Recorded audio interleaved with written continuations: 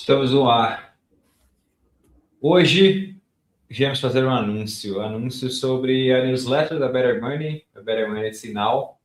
Para quem não está ciente, porque a gente estava construindo isso caladinho, sem fazer muito alarde, desde que eu e Caio Leta fomos fisgados pela febre do Cloud Code, a gente começou a explorar e construir várias coisas, e a primeira coisa que eu fiz foi o site novo da Better Money, que já mudou algumas vezes, eu vou melhorando ele com o passar do tempo, tá ficando legal. Mas eu tinha construído um blog e com alguns artigos do meu interesse, coisas que eu estava pesquisando para material para vídeo de YouTube, assuntos diversos que eu vinha acompanhando e esse negócio foi tomando forma, algumas pessoas começaram a ler, a gente resolveu montar um modelo de newsletter, consideramos fazer do Substack durante um tempo, mas acabou ficando mais legal a ideia de fazer algo proprietário, que a gente controla 100%, a base de assinantes e todo o conteúdo ali editorial. Quando o Caio entrou aqui oficialmente e virou o nosso head de pesquisa e conteúdo, inclusive a gente está combinando, hoje não é uniforme, mas os dois de verde. Eu passei essa bola para ele, eu acho que ele sempre escreveu muito bem, o livro dele é muito bom, os artigos que escrevia na BIPA, na Afirmai também, e agora esse bastão está colheita, é lógico que eu dou pitaco sempre que posso, mas a gente veio para apresentar para vocês um pouco mais sobre o que é a newsletter da Better Money e por que vale a pena. Então, Caio, manda bala, o que você tem a dizer aí? Bom, primeiro, bom dia, boa tarde, boa noite. Não sei que horário vocês estão ouvindo a gente. Basicamente a ideia é a cada semana trazer a nossa visão enquanto Better Money do que está acontecendo no mercado, temas que a gente acha importante, embasar tomadas de decisão, embasar reflexões para vocês. A gente sempre vai buscar escrever coisas que fazem sentido, muitas vezes são coisas que estão acontecendo no mercado, às vezes a gente vai achar que faz sentido, em vez de abordar só the current thing, às vezes faz sentido dar um passo para trás e fazer uma análise mais macro. Então, bom, em linhas gerais é isso. Daí a gente pode também entrar em cada uma das newsletters que a gente já escreveu junto, mostrar o que foi feito, etc. Mas, basicamente, eu acho que o principal da mensagem desse anúncio é: se inscreve que vocês recebem essa newsletter por e-mail ou entrem no site que vocês veem essa newsletter toda quarta-feira. Show.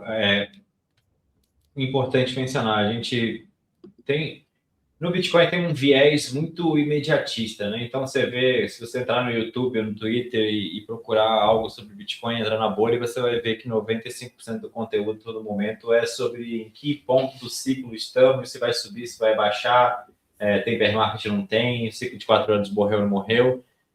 E de fato, isso é importante para quem está com boa parte do patrimônio alocado nisso, mas se a gente ficar falando só de preço, todo mundo fica de saco cheio. A audiência fica de saco cheio, eu fico, você. Então, acho que é muito bom ter um espaço para a gente se aprofundar em ideias, às vezes mais filosóficas, às vezes mais deep dive no assunto. Um assunto que tem me fascinado bastante, que quem faz muito bem de destrinchar é o Adam Livingston, que inclusive agora está... Ele não tem newsletter, mas ele tem o canal dele de YouTube e está criando conteúdo dentro da Swan. Mas ele é um fanático por MicroStrategy e Bitcoin Treasury Companies e fala de strat pra caramba, faz um monte de projeção louca. Eu gosto bastante de ver isso porque, inclusive, é o tema desse último artigo que você soltou hoje, ontem. Stretch, essa máquina exterminadora de bear markets que o Michael Saylor conseguiu criar através de engenharia financeira totalmente fora da curva. Cara, que vamos falar um pouco do assunto, antes de falar do artigo em si que você escreveu. Você acredita que a Stretch especificamente vai possibilitar ao Michael Saylor e a Strategy continuar comprando Bitcoin, acumulando e muito além? Tem projeções que falam dele chegar a 5 milhões de BTC em alguns anos, o que é uma loucura, inimaginável antes da Stretch existir. Dá um pouco do contexto, do panorama do que é Stretch, como que ela funciona e até onde vai esse monstro que está dominando o mercado de capitais absolutamente. Bom, tá. Primeiro, a Stretch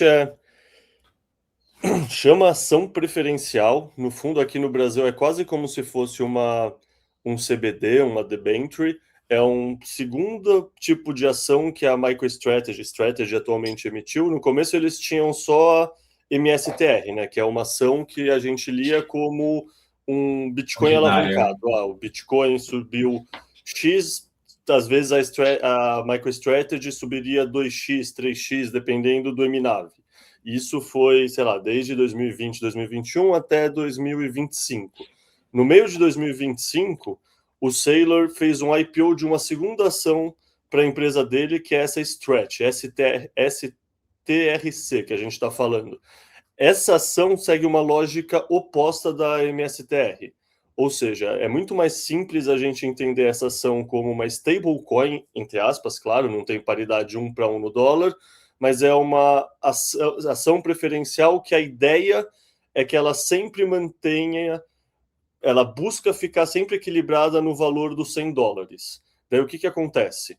Ela paga dividendos, antigamente eram mensais, agora o Saylor mandou para Para uma quinzenal. assembleia, ainda não foi votado, para ficar quinzenal. Isso é uma ideia de mudar um pouco a questão da janela de quando o Saylor consegue vender elas ou não. Isso eu entro no detalhe depois. Mas basicamente, se o preço está acima de $100, isso significa que o Saylor consegue emitir mais ações dessa ação, que é a Stretch, e com isso captar dinheiro para a empresa. Esse dinheiro ele usa para comprar Bitcoin direto. E aí, para o pessoal que está escutando a gente, pode lembrar, tá, mas isso é exatamente o que ele fazia com o MSTR. Qual é a diferença? A diferença é quem compra um e quem compra outro. Quem compra MSTR é alguém que está acostumado a investir em Bitcoin, está acostumado a investir em ações de crescimento, ações tech, etc. E a pessoa Que é gosta da volatilidade. volatilidade. Ela compra aquela tese do Saylor que volatilidade é vida. Só que aí vamos pegar um exemplo do Brasil. Tem muitos investidores que gostam do Barsi. Tem muitos investidores que gostam da renda fixa e dos dividendos. Eles não se importam com o que está debaixo do capô. Eles querem o dividendo da elétrica ou da empresa de saneamento caindo todo semestre, sei lá, ou do FII caindo todo mês, e ele não se importa com mais nada. Ele só quer saber o quê? Bom, isso aqui está seguro ou isso aqui vai quebrar? E nisso não indo quebrar, estando seguro, ele só se preocupa, beleza, eu quero dividendo no bolso todo mês. Ou seja, essa segunda ação que ele lançou é uma forma de atender esse pessoal também. Porque essa galera, tipo, sei lá, a gente vê as projeções do Saylor para o longo prazo de crescimento. São projeções que o Bitcoin vai continuar crescendo 25, 30, 35% ao longo da próxima década.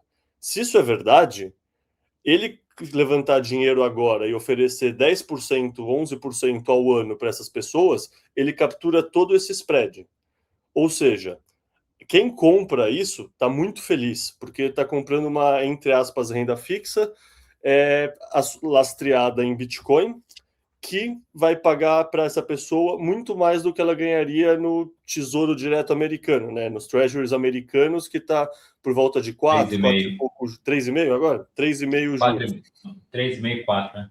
Ou seja, de 2 a 3 vezes menor do que você ganhar 11,5% ao ano em um instrumento de crédito digital que é hipercolateralizado em Bitcoin.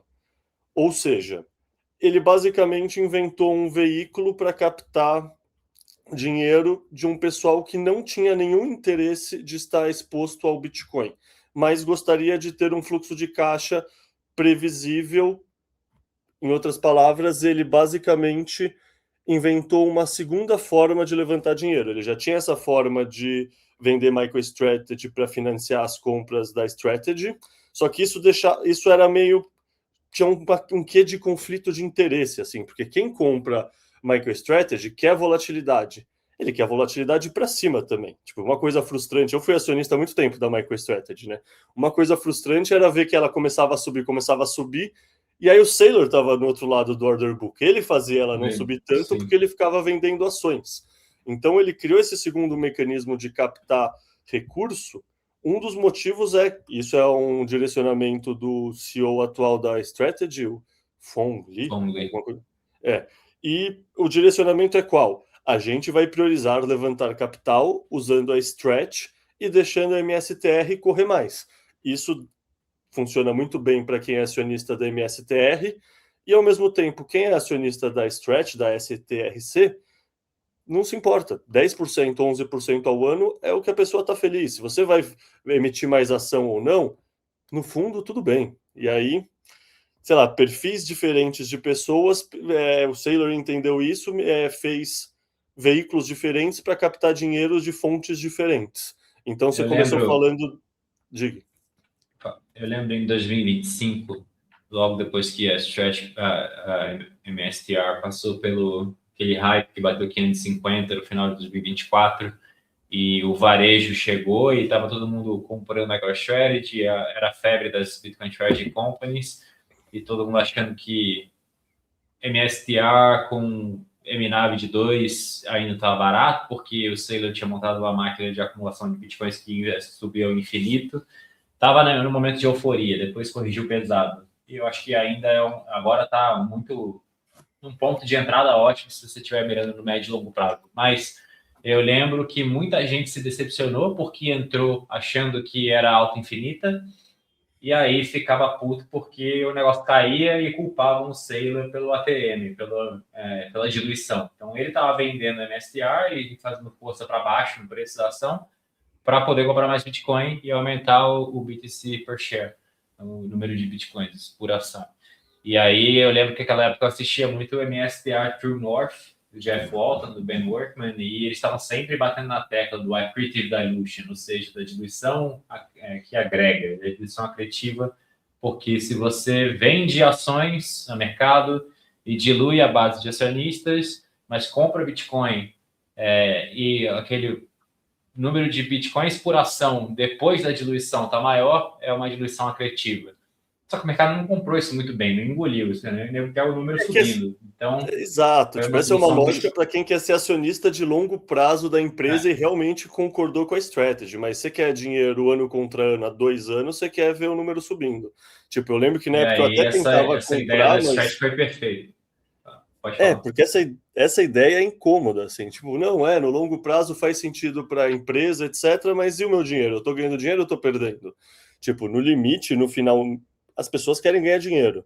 Então, você não mexer com a MSTR, eu acho que vai ser muito positivo para toda a base de acionistas que gostam da volatilidade, são bitcoinheiros, mas puta, eu gosto da volatilidade, sou bitcoinheiro, porque geralmente a volatilidade é para cima. Quando a volatilidade é para baixo, eu lambo as feridas, mas eu prefiro quando a volatilidade é para cima, tá ligado?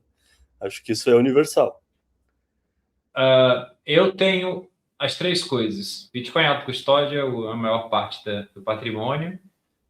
Agora vem aumentando a exposição à MSTR, porque eu acredito que está num ponto de entrada interessante e a Stretch destravou uma capacidade de acumulação de Bitcoin que está acelerando exponencialmente. Então, está ficando cada dia mais interessante, porque o número de Bitcoins per share da MSTR está crescendo mais rápido do que era antes. E então eu tenho diminuído um pouco a posição de BTC em autocustódia, mas nunca vai ficar abaixo de 70%, porque eu tenho ciência de que isso tem risco de contraparte. O Saylor não está fazendo autocustódia, não estou confiando só no Saylor, estou confiando no Saylor, na Coinbase e sei lá em quem mais diabos que está custodiando os bitcoins dele que pode, numa canetada do Trump, desaparecer. Então, isso é um risco que tem que ser controlado. Então, tem MSTR, mas eu também tenho stretch, principalmente quando eu quero tirar um pouco o pé do acelerador e me proteger, ou eu tenho algum caixa que antes ficava em renda fixa, ficava em saldo na conta do banco, porque é um negócio que eu preciso gastar nos próximos 6 a 12 meses. Hoje em dia está tudo indo para stretch. De forma resumida, stretch nada mais é do que um fundo DI que paga 11,5 em dólar e tem o efeito colateral maravilhoso de fazer o preço do seu patrimônio em Bitcoin subir. Então, não tem por que você ter instrumentos de caixa e equivalentes à caixa que não seja stretch se você é um bitcoinheiro que tem 80%, 70%, 60% do patrimônio em Bitcoin e quer ver o preço subir para você ficar mais rico. E sabe quem mais está pensando isso? Essa lógica que você falou? A Orange. Eu participei de um encontro acho que agora já faz um mês, que eu mediei um painel com o Gui Gomes, com o Fernando Urich e com o Lucas, da 21, e um dos temas foi, vocês colocaram STRC no Stretch no balanço, mas vocês falaram que vocês iam comprar só Bitcoin. Qual é o racional por trás? Ele falou justamente isso. Cara, a gente precisa ter um dinheiro parado para pagar as contas, etc., de um ano. A gente refletiu, a gente prefere esse dinheiro parado em treasuries ou esse dinheiro parado em stretch, que ajuda o Bitcoin, me dá um fluxo de caixa maior. Então é isso, tipo, no fundo, assim, tá ligado aquela frase do Ray Dalio de cash is trash, que aí na época de queda de tudo, cash is king. Cara, se cash is king, um cash que te dá 10, 11% ao ano, é mais king ainda. Tipo, no fundo, a comparação não tem que ser entre MSTR e Stretch. A comparação é entre MSTR e Bitcoin. Daí tem um trade-off que você falou que um pode ser um pouco mais alavancado que o outro, mas não tem autocustódia. E aí a comparação de de Stretch é com renda fixa, é com títulos do Tesouro Americano, é com CDB brasileiro, é outro tipo de comparação. E isso ilustra a beleza desse veículo, porque, assim, no fundo, uma empresa que é 100% voltada no Bitcoin, uma empresa que colocou toda a sua reputação no ativo e que a ação estava volátil pra cacete, agora essa empresa consegue captar muito dinheiro de investidores ultraconservadores que não querem estar associados a volatilidade nenhuma. Tipo, isso que é a beleza, sabe? Ele inventou um novo caminho de captação, ele criou uma nova ponte para dinheiro. Eu sempre lembro de um podcast que ele gravou, não lembro se foi um trecho daquela Sailor Series com Breedlove, que ele fala que o símbolo do MIT é um castor, porque o castor simplesmente corrige o curso da água e faz muito pouco esforço para controlar a água como um todo. E no fundo o que ele está fazendo com a Stretch é basicamente isso. Ele foi um castor que fez um dique, uma represa, e ele direciona o fluxo de capital para a empresa dele. É um fluxo de capital que, assim, pô, é muito no-brainer um cara que está ganhando 4% ao ano que ele ganha 8%. E ganha 12%. 12% é 3 vezes mais. Pô, isso é muito no-brainer para qualquer gestor. E aí tem um ponto interessante que a newsletter fala bem, que assim, muitas agências de risco não consideram o Bitcoin em balanço. Então, ele já está conseguindo vender esse Stretch para Fidelity, para BlackRock, para Strive, mas ainda está engatinhando nesse sentido. Ou seja, tem muita gente que ainda vê uma jogada de risco porque ainda não contabiliza os Bitcoins em balanço.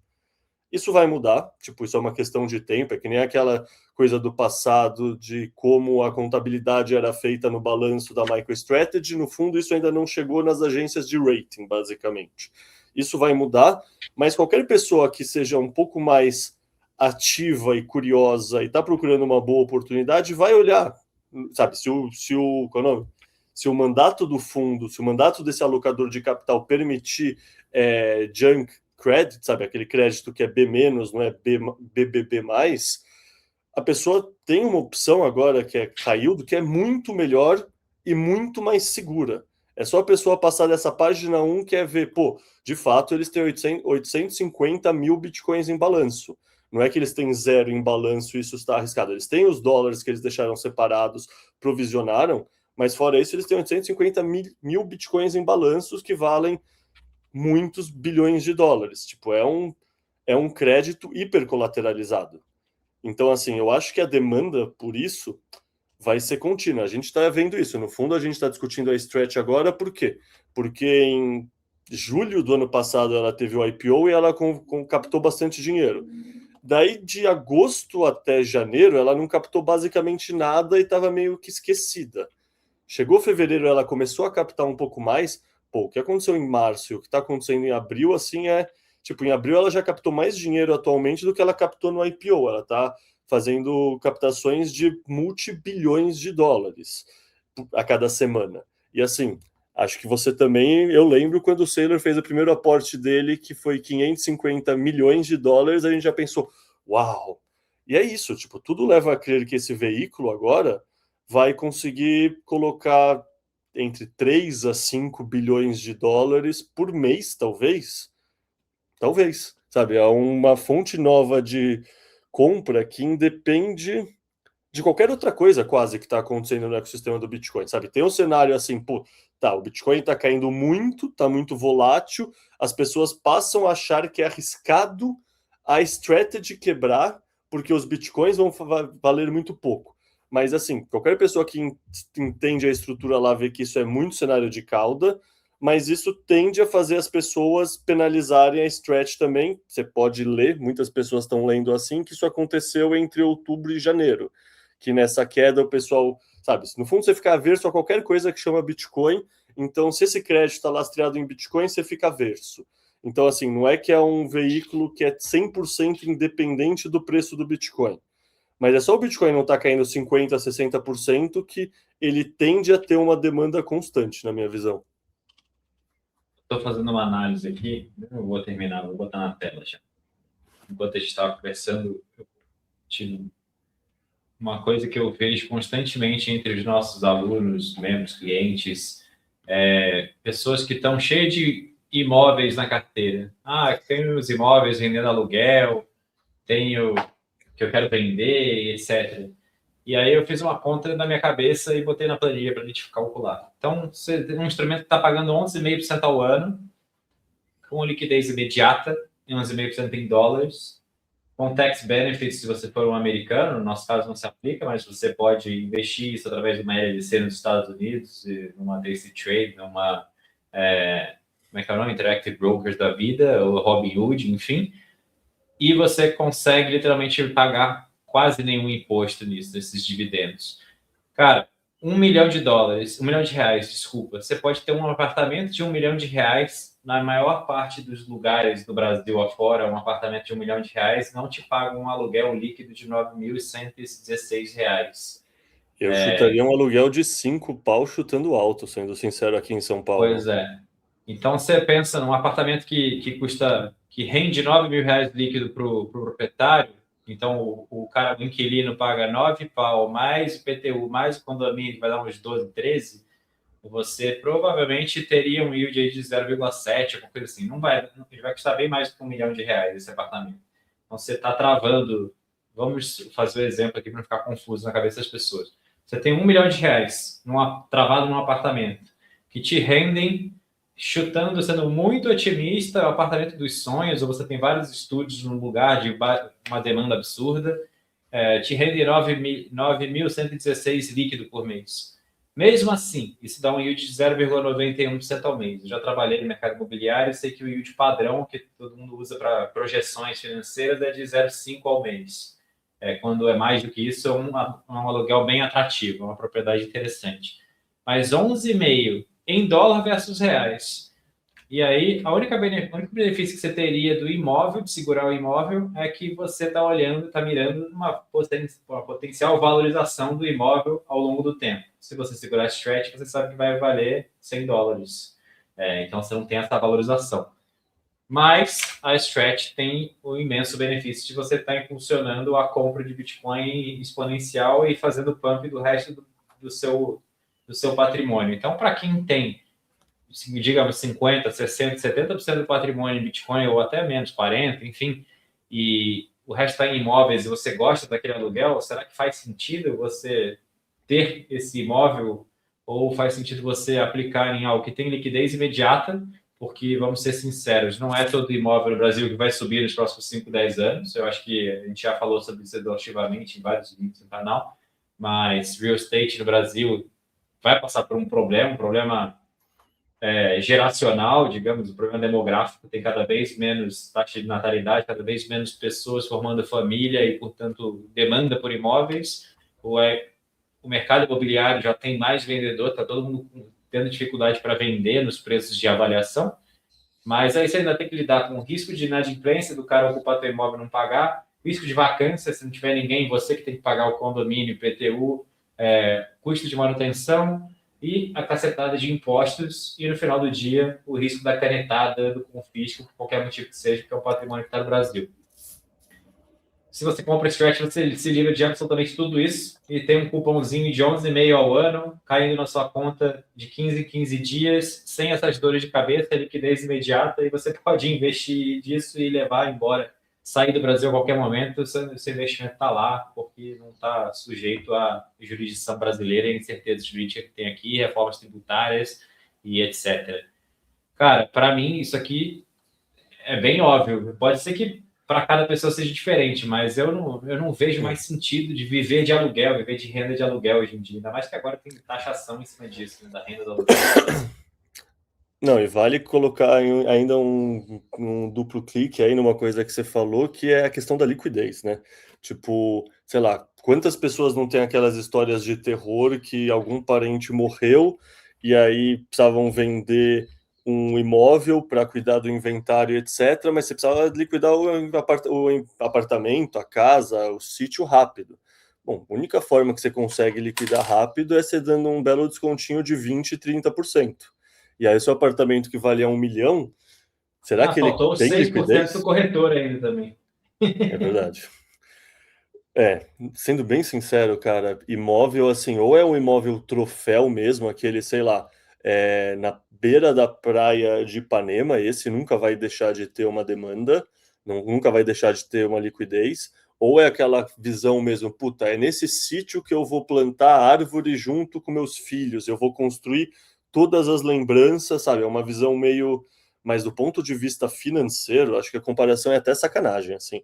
Tipo, no fundo, assim, mesmo você pegar a FIIs, que é, sei lá, hoje está por 8% ao ano e não 11%, mesmo o FII já ganha de imóveis na comparação.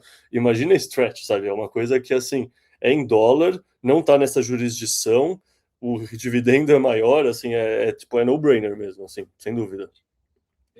Já contei algumas vezes a história da amiga da minha mãe que herdou alguns imóveis valiosos da mãe dela, ela era filha única, e aí a mãe morreu, ela herdou um apartamento de 500 metros na orla da praia de Copacabana, um apartamento gigantesco, de frente para o mar, né? E é um apartamento num prédio antigo, mas vale uma fortuna, que também é prime real estate, é localização perfeita. E ela botou esse negócio para alugar. Maior cagada, devia ter vendido, botado dinheiro no bolso e aplicado. Mas quem sabe o que está fazendo, fala, não, eu vou viver de aluguel, como se a gente estivesse em 1970. E aí deu a sorte de alugar para um francês que literalmente transformou o apartamento dela num albergue. Ele subiu paredes de MDF pelo apartamento inteiro e começou a botar gente para dentro. E, tipo, todo tipo de pessoa num prédio residencial. E fazia, tipo, tinha festas e cacete, e ele não tava nem aí. Aí ela começou a tomar notificações do condomínio, começou a tentar despejar o cara, e o cara parou de pagar aluguel e ficou lá mais de um ano e meio, sei lá, com ela brigando e tomando as multas do condomínio para conseguir que o cara saísse do apartamento, e ela, assim, ficou com a nava das multas, da falta de pagamento de aluguel, mas conseguiu esvaziar. Esse é o tipo de risco que você corre num país como o Brasil, alugando o seu imóvel. Tipo, pode simplesmente alguém vir e o cara tem os contatos e fala, foda-se, não vou pagar, me despeja aí, boa sorte. Isso é extremo, lógico. A maioria das pessoas vai alugar um imóvel e vai receber a renda do aluguel todos os meses, mas mesmo assim, tem um vazamento, você tem que pagar, cai o telhado, você tem que pagar. Se fica vazio, você tem que pagar IPTU e condomínio. Não vai valorizar tanto assim. Acho que os tempos mudaram. Cara, eu estou levando muito para essa discussão porque é uma discussão interessante. Hoje a gente está vendo muita gente no Brasil ainda com um viés de 30 anos atrás e achar que viver de aluguel é algo interessante. Você só vai ser a vaca leiteira do Estado brasileiro cada vez mais. Então, considere diversificar de tijolos para stretch, para se você quer a renda fixa pingando na tua carteira todo mês. Puta. Sei lá, assim, eu sei que o tema de hoje não era falar de imóvel, mas assim, imóvel causa tanta dor que é impossível não falar, né? Tipo, esse risco de N igual a 1, você tem um imóvel, se o cara sair, você tá fudido. Tipo, na boa. FIIs já é muito melhor do que imóveis, porque pelo menos é diversificado e tem um gestor que está cuidando de tudo e você não vai ter essa dor de cabeça. Então, você quer viver de aluguel? Cara, compra fundo imobiliário que é melhor do que comprar um apartamento para você viver de aluguel. Mas é isso, 8% ao ano, não é em dólar, está dentro da nossa jurisdição, não tem um lastro em Bitcoin. Cara, para mim é no-brainer que se você quer um fluxo de caixa, você quer dividendo sem dor de cabeça todo mês na sua conta, e assim, querendo ou não, sei lá, a gente bitcoinheiro se acostumou com a volatilidade, mas tem muita gente que não quer tanta volatilidade assim. Tipo, sei lá, eu penso no meu pai. Meu pai, eu consegui convencer ele uma época a comprar Bitcoin, a gente comprou a US$ 30 mil. Chegou nos US$ 60 mil, ele tava louco para vender, tava feliz pra caramba. Eu falei, não, pai, agora vai para 100, né? Isso em 2021. Convenci ele a não vender, ele não vendeu, caiu para 30. Daí, quando subiu no 60 de novo, ele falou, não quero mais saber dessa merda, me livra disso. Daí, hoje em dia, meu pai tá sem Bitcoin. Meu pai adoraria esse veículo, a Stretch. E querendo ou não, é isso. Tipo, meu pai ilustra muito bem essa questão que o Saylor conseguiu. Ele conseguiu criar mais formas de captar dinheiro. A Stretch é um veículo de investimento maravilhoso para muita gente, muita gente. Eu diria que a maioria das pessoas, é que a gente é Bitcoiner, a gente fica meio distorcido, né? Mas a maioria das pessoas, elas são aversas a risco. Elas não querem essa volatilidade, elas preferem, 11% ao ano. Cara, você faz isso em qualquer conta de padeiro, jogando numa planilha Excel, 11% ao ano é legal pra caramba. Tipo, o histórico do Warren Buffett é 20% ao ano e ele se tornou Warren Buffett metendo 20% ao ano. 11,5% ao ano sem vol é algo muito, muito raro de se encontrar. A maioria dos investimentos, vamos pegar um exemplo, franquia. Sei lá, você tem um dinheiro e você quer abrir uma franquia de alguma coisa para gerar uma renda. Cara, requer você botar o seu tempo, energia, contratar, gerir, supervisionar. E a maioria das franquias não vai te dar o sustentar o ano com um risco tão controlado assim, com tão pouca volatilidade, com tanta certeza. Qual é o risco de não dar 11,5% ao ano e você comprar stretch? Basicamente o negócio é implodir. E só está na aceleração exponencial e não parece que vai explodir, só vai explodir para cima, não vai implodir. É um negócio para quem entende o que está sendo feito, entende a engenharia financeira debaixo do capô, entende para onde o mundo está caminhando. É basicamente 11,5% ao ano risk-free. Isso aqui mata imóvel para gerar renda de aluguel, isso aqui mata money markets, isso mata fundo DI, isso mata tesouro direto. Basta você realmente entender que, cara, isso é uma inevitabilidade. Enfim. Cara, Pensando alto aqui. Outra coisa, fala. Não, é que a gente falou muito, mas deixa eu. Quer dizer, você falou outra coisa. Quer falar antes? Porque eu ia só mostrar a tela Sim. para. Falar um outro ponto é que a própria Better Money usa Stretch a partir de agora, desde que eu vim embora do Brasil e eu estou no movimento da saída fiscal para não ficar pagando imposto para o Foro de São Paulo sem necessidade, eu já dei todos os passos e agora falta fechar o CNPJ da Better Money no Brasil, mas a gente está discutindo como fazer isso. Mas, de qualquer forma, a gente abriu uma LLC nos Estados Unidos e boa parte das vendas para clientes de implementação, de consultoria, etc., vão via Stripe para os Estados Unidos. E aí eu quero mostrar um negócio que eu descobri muito pouco tempo atrás, que é bem interessante, e a gente já está testando aqui. É uma startup de Bitcoiners, chama Castle, e é que nem um banco, uma conta PJ, que nem tem o Mercury, banco de startups, Relay, são vários bancos que atendem pequenas empresas nos Estados Unidos, e esse é um Bitcoin friendly. Então você pode fazer seu DCA na PJ, recebendo a sua receita e convertendo automaticamente para Bitcoin. E eles têm três, não sei se dá para enxergar, tem três contas aqui: Cash, High Yield e Bitcoin. Então aqui você pode fazer o seu DCA, você coloca de 0 a 100%, tudo que entrar você converte, ou você faz as compras quando você quer. E o High Yield, isso aqui é Money Markets, que paga 3,5% ao ano. Então não usaria. Mas o High Yield é um instrumento que eles fizeram de gerar 11,5% ao ano, que é Powered by Stretch. Então eles basicamente estão pegando seu saldo, comprando Stretch, te dando rendimento. Mais e mais soluções vão surgir como isso, a gente já está usando. Então, o dinheiro do capital de giro da Better Money que entra e fica parado, que vai pagar a folha, vai distribuir dividendos, e a gente não quer a volatilidade do Bitcoin, a gente coloca em Stretch automaticamente. E eu acho que isso é uma tendência para os próximos anos, cada vez mais Nubanks e C6 e startups de fintech que têm algum tipo de conta bancária ou instrumentos de gestão de tesouraria vão oferecer esse instrumento que é infinitamente superior a qualquer outro. Se você ganhar 11,5% em dólar ao ano, sem risco, sem vol, é algo único. Fala. Não, e assim, legal essa startup a Castle que dá o yield completo. Acho que vão surgir vários outros lugares que vão dar 9%, vão colocar debaixo do capô, ganha 1 ou 2%, mas, já tô dando 9% para deixar seu dinheiro parado aqui com a gente em vez dos 4,5%. Eu acho que isso vai ser uma oportunidade de negócio para muitas outras empresas. Mas o que eu ia falar é que a gente está falando muito, mas deixa eu mostrar para a galera também do que estamos falando, né? Que senão fica muito do ponto de vista, tem o Caio, tem o Bernardo, mas é bonito É mostrar o verdade, a gente site, né? começou a falar da newsletter e saiu confabulando Ó, sobre diversos assuntos.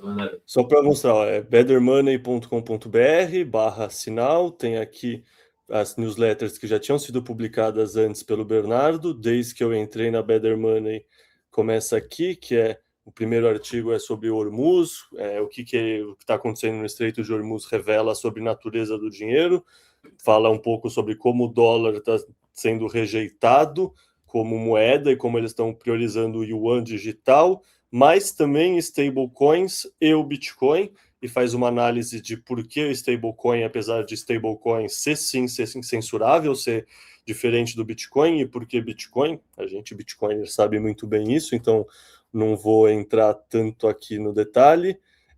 Depois tem outro artigo que mostra casos, 7 estudos de caso de como o governo tomou o acesso do dinheiro dos cidadãos, basicamente com fisco, seja plano Collor, Cidadãos. seja cidadãos.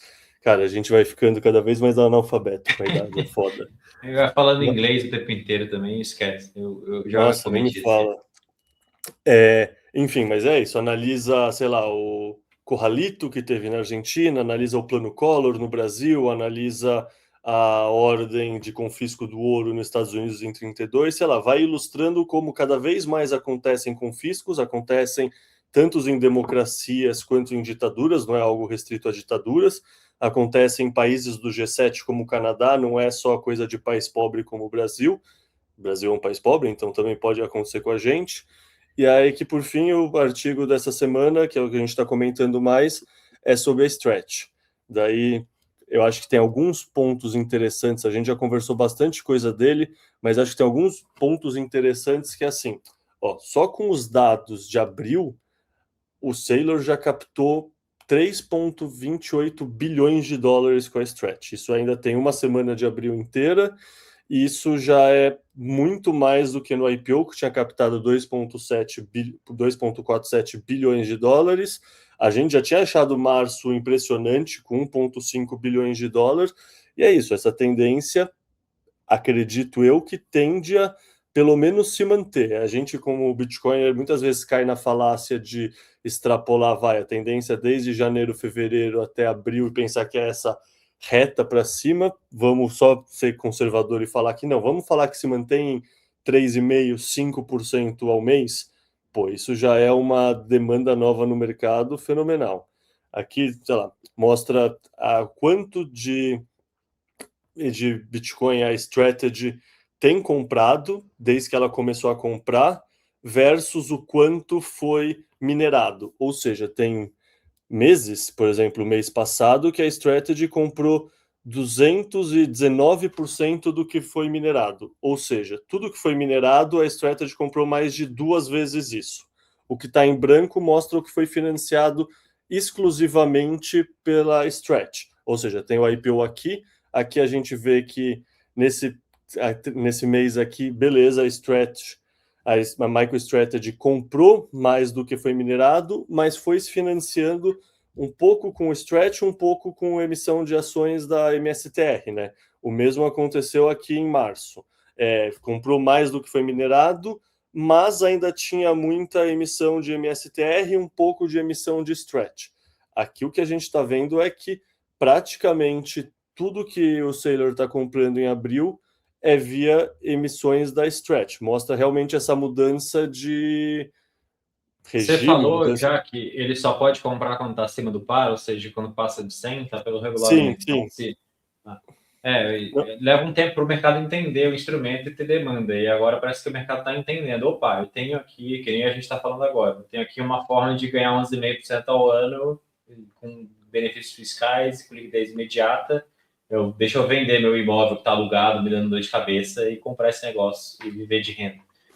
A tendência é que mais e mais pessoas entendam isso e procurem esse instrumento, porque esse instrumento é magnífico. Explicando então, o gráfico, o branquinho do gráfico deve tomar cada vez uma proporção maior da barra. É exatamente o que eu acredito também. E só explicando isso que você falou para quem talvez não tenha entendido. Toda vez que a ação paga os dividendos, o preço dela cai um pouquinho, né? Isso, ou seja, fica abaixo dos 100, fica 99, 98 alguma coisa.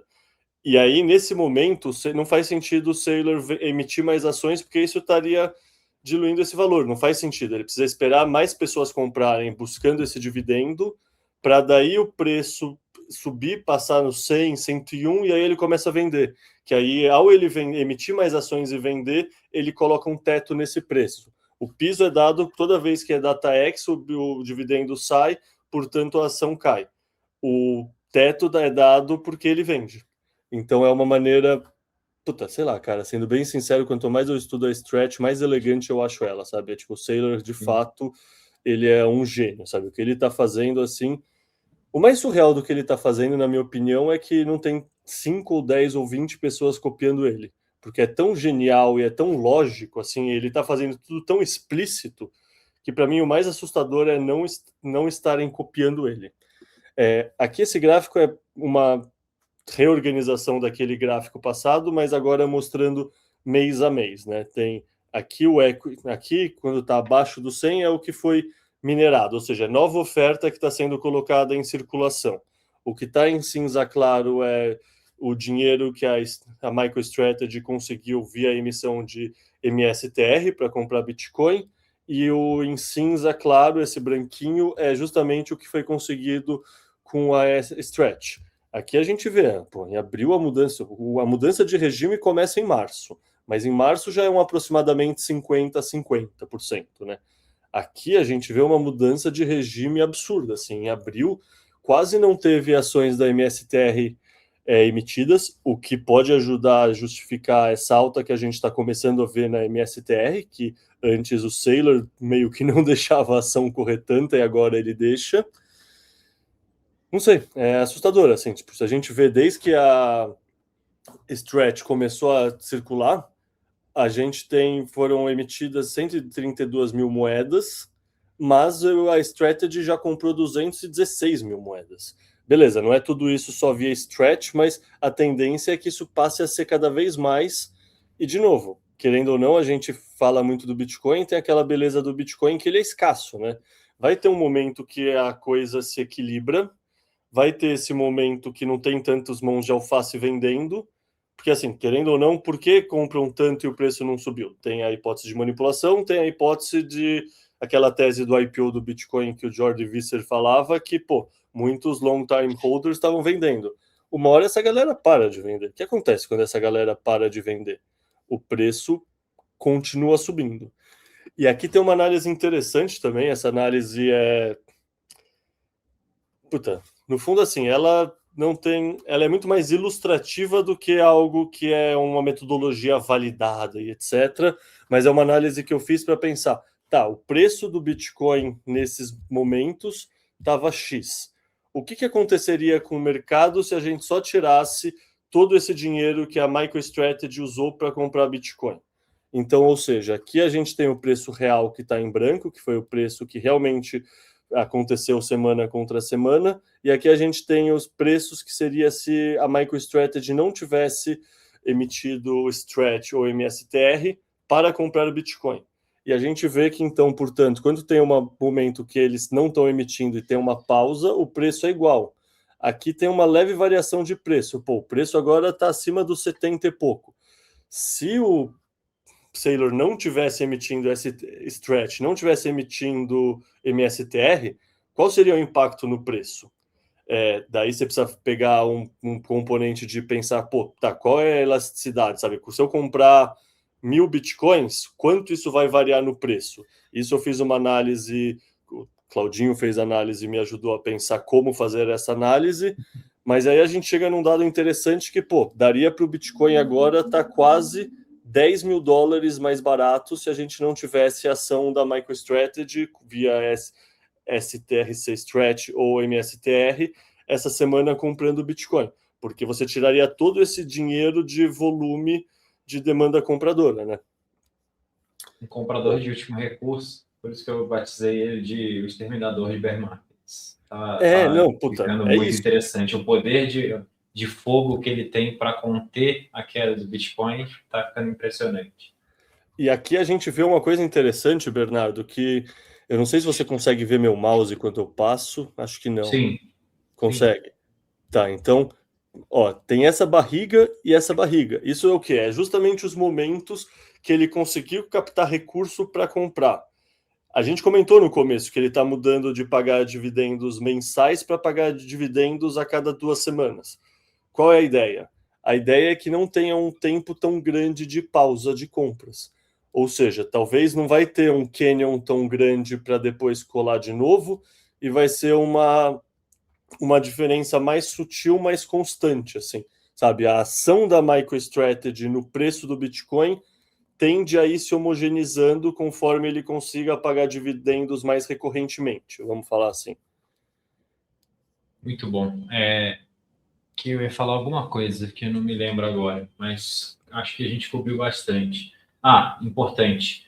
Portanto, se você entendeu tudo isso e achou interessante e você quer fazer o mesmo movimento que a Better Money está fazendo, por exemplo, de abrir uma LLC, levar parte da sua receita operacional para fora do país, se você vende produtos online, serviços, enfim, isso é algo que a gente vem fazendo e eu acho que faz muito sentido para muito prestador de serviço no Brasil. Você pode vender via Stripe, receber uma conta da sua LLC nos Estados Unidos, acumular Bitcoin na sua PJ americana, comprar Stretch para gerar 11,5% ao ano em dólar com liquidez imediata e pode ser uma forma muito inteligente de internacionalizar patrimônio, pagar menos impostos não, porque você deve declarar todos os seus impostos bonitinho e pagar tudo. E lógico que ninguém nunca vai falar aqui para você ocultar patrimônio ou sonegar impostos, porque é feio, não faça isso.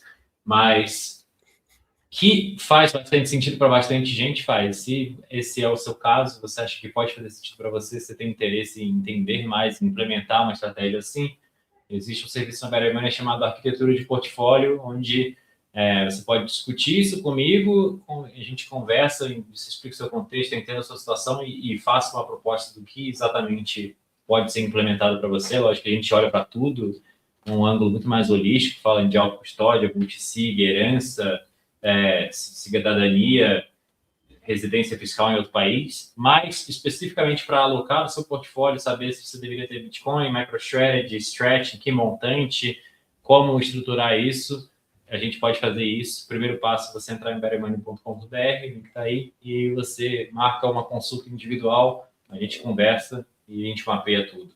Então, é isso que eu tinha de recado. E o último recado, se inscreve na newsletter.